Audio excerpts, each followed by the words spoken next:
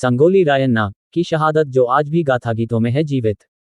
संगोली रायन्ना की शहादत की कहानियां करोड़ों कन्नडिगों को प्रेरित करती रहती हैं और अंग्रेजों के खिलाफ बहादुरी से उनके लड़ने का उदाहरण हर बच्चे को दिया जाता है। विशाल बरगद का पेड़, जहां संगोली और उनके क्रांतिकारी सहयोगियों को फांसी दी गई थी, वहां अब शहीद स्मारक है जो युवाओं में देशभक्ति की भावना जगाता है।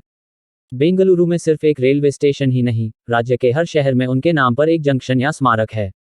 15 अगस्त 1796 को बेलगावी जिले के संगोली गांव में जन्मे रायन्ना कुरुबा चरवाहा समुदाय से थे और उन्हें कित्तूर साम्राज्य के पूर्वजों से वीरता और वफादारी विरासत में मिली थी।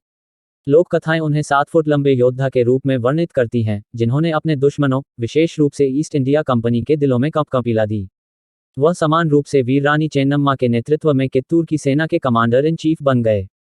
संगोली ब्रिटिश विस्तार की नीति और भारतीयों से सत्ता हथियाने के उनके विश्वासघाती तरीकों से परेशान थे। ब्रिटिश सेना द्वारा कित्तूर सेना की हार के बाद उन्होंने अंग्रेजों से लड़ने के लिए एक गुरिल्ला बल खड़ा किया और कई मौकों पर उन्हें सफलतापूर्वक हराया। उसकी छापामार सेना एक जगह से दूसरी जगह जाती रही, सरकारी दफ्तरों में आग लगा दी।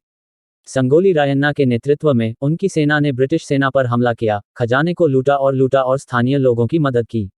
संगोली अंग्रेजों के लिए एक स्वप्न बन गया था और अंग्रेजों के खिलाफ उनकी वीरता को स्थानीय लोगों ने उन्हें एक महान व्यक्ति बना दिया था। अंग्रेजों ने उन्हें एक खुली लड़ाई में पराजित किया, लेकिन वे कभी भी उनके गुरिल्ला युद्ध का सामना करने में सक्षम नहीं थे और उन्हें अपमानजनक हार का सामना करना पड़ा। संगोली रायन्ना को खत्म करने के लिए बेताब अंग्रेजों ने उसके चाचा लक्ष्मण को पकड़ लिया और विद्रोही को पकड़ने की योजना बनाई। बाद में उन्होंने नहाते समय संगोली को पकड़ लिया। लोकगीतों में वर्णित है कि तब भी संगोली अपने चाचा को तलवार पर पास करने के लिए कहता रहा। उसने उसे नदी के किनारे छोड़ दिया और उसे ब्रिटिश सैनिकों को सौंप दिया। अंग्रेजों ने संगोली रायन्ना और उनके क्रांतिकारी सहयोगियों को सार्वजनिक रूप से यह संदेश देने के लिए मार डाला कि सभी विद्रोहियों का एक समान भाग्य होगा। संगोली और उसके साथियों को 1831 में बरगद के पेड़ से लटकाकर फांसी दी गई थी।